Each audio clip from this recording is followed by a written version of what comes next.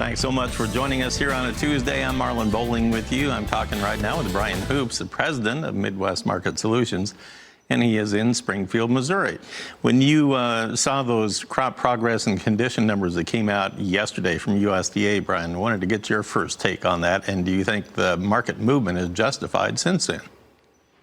Well, I think the movement really has very little to do with those crop ratings. You know, I'm surprised we didn't see a little bit more improvement of corn and soybeans. A lot of producers telling us that things have improved, a fair amount over the last week or so. But there's a lot of areas that continue to suffer extreme dryness, extreme wetness in different areas, and it's going to be a very interesting year as far as trying to come up with some yield potentials. And I think the USDA is going to really struggle with that in this Thursday's reports. Well, exactly, and it was such a bearish report that came out at the end of the month in June there with that planted acreage report. And a lot of folks recall the early WASDE numbers, the crop production numbers from early in June, that they actually did decline by, 3 million acres on corn. And then it's like they took that back on the end of the month, and they only went down about 1 million from their initial estimate. So some are wondering, well, are they going to stick with the end of the month numbers, or are they going to revert back to the early June numbers, or maybe add to that, or are they just not going to do anything and wait till August?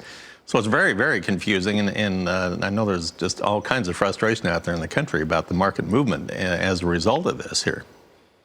Yeah, you're exactly right. A lot of frustration from traders, but more importantly, farmers and producers out there trying to get a handle what they should be doing as far as marketing their corn or soybeans. You could make a case that we could have a 1.6 billion bushel corn ending stocks number, maybe even as high as 1.9 billion bushel ending stocks, depending upon what acreage number that the USDA chooses to follow in this report. So if they do only show 1 million acre reduction and they keep yields about the same, you're going to have a big carryover number that'll probably be quickly discounted by the trade. At some point, we have to get a better handle on how many acres that are actually seeded out there. The hope is by August 12th, August 14th, somewhere in there when we get these reports, that we will have an idea of how many corn acres and soybean acres have actually went into prevent plant and how many were actually seeded.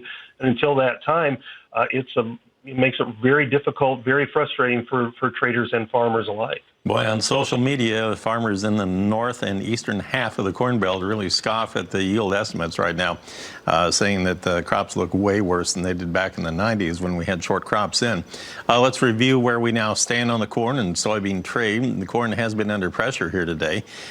We have been trading several cents lower. Looks like we had September down about 7 1/4, so it's remaining lower. And 432 was the trade here a little bit ago, in December down 7.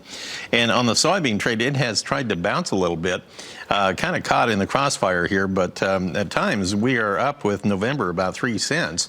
And looks like this particular screen grab was about a ½ cent higher here. Now, if we look at the wheat trade, in the Chicago wheat, it has been lower, kind of like the corn. September was down as much as 8 1/4 cents there, and Kansas City wheat also lower today. Currently, it's showing a trade roughly about a nickel lower on September at 435.